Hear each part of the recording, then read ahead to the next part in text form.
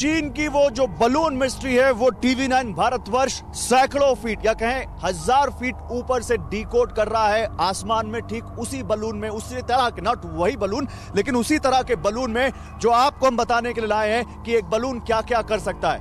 हमारे साथ दो एक्सपर्ट्स हैं, जनरल अनुज माथुर भी हमारे साथ हैं।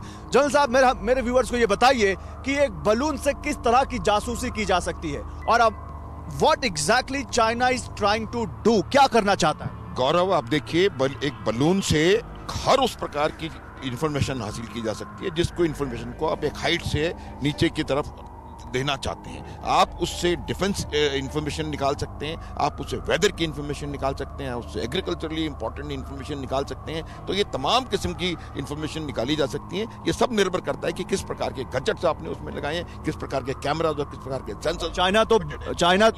चाइना तो मशहूर है जासूसी के लिए। बिल्कुल जासूसी, ये बात आप निश्चित रूप से मान लीजिए। मैं आई एम कन्विंस्ड कि ये वेदर की का हो नहीं सकता, क्योंकि वेदर निकालने के लिए आप देखें उसके पास 50 तरीके और हैं, इतने उनके सैटेलाइट चले हुए हैं। तो ये निश्चित रूप से वेदर के पता लगाने से कहीं ज्यादा बड़ी बात है। और वो डिफेंस के बारे में और शायद और चीज में एक और मैं बात बताना चाहता हूं कि अमेरिका जो है इस प्रकार की बलून टेक्नोलॉजी पे बहुत समय से काम कर रहा है और शायद ये एक बहुत बड़ा मैसेज वो चाइना अमेरिका को देना चाहता है। जैसा कि सुधाकर जी अभी थोड़ी देर पहले कह रहे थे कि टेक्नोलॉजी में वो अमेरिका से काफी आगे है और उन्होंने जो अमेरिका करने का सोच रहा है वो ऑलरेडी करके दिखाया। मेरे सोच विचार के मुताबिक ये जियोपॉलिटिकल एंगल, ये ताइवान का मैसेज दिया जा रहा है कि आप हमारे साथ दखल अंदाज मत करो, ताइवान हमारा है, हम इंटीग्रेट करेंगे कम वोट में, do not trouble us, just lay off from Indo Pacific. वो सीधा मैसेज देने की दे रहा है वो कि अगर आप नहीं करोगे आपको हम वो तोड़ जवाब देंगे।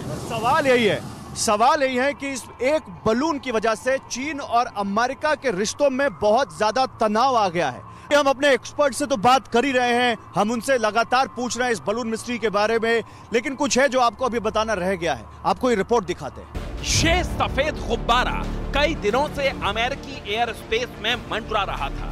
बार बार अमेरिका चीन को चेतावनी दे रहा था, लेकिन इतना सब होने के बाद भी अमेरिका ने इसे गिराने में बहुत देर लगा दी। अब समझिए ऐसा क्यों। अमेरिकी रक्षा मंत्रालय यानी पेंटागन ने दावा किया था कि गुब्बारे का आकार करीब 3 बसों के बराबर था। इसके अंदर काफी जासूसी उपकरण और पेलोड हो सकते थे।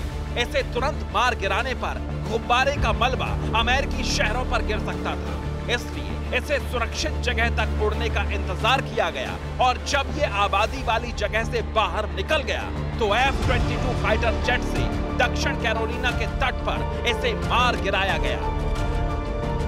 पेंटागन ने दावा किया है कि चीनी स्पाई बलून जासूसी कर रहा था।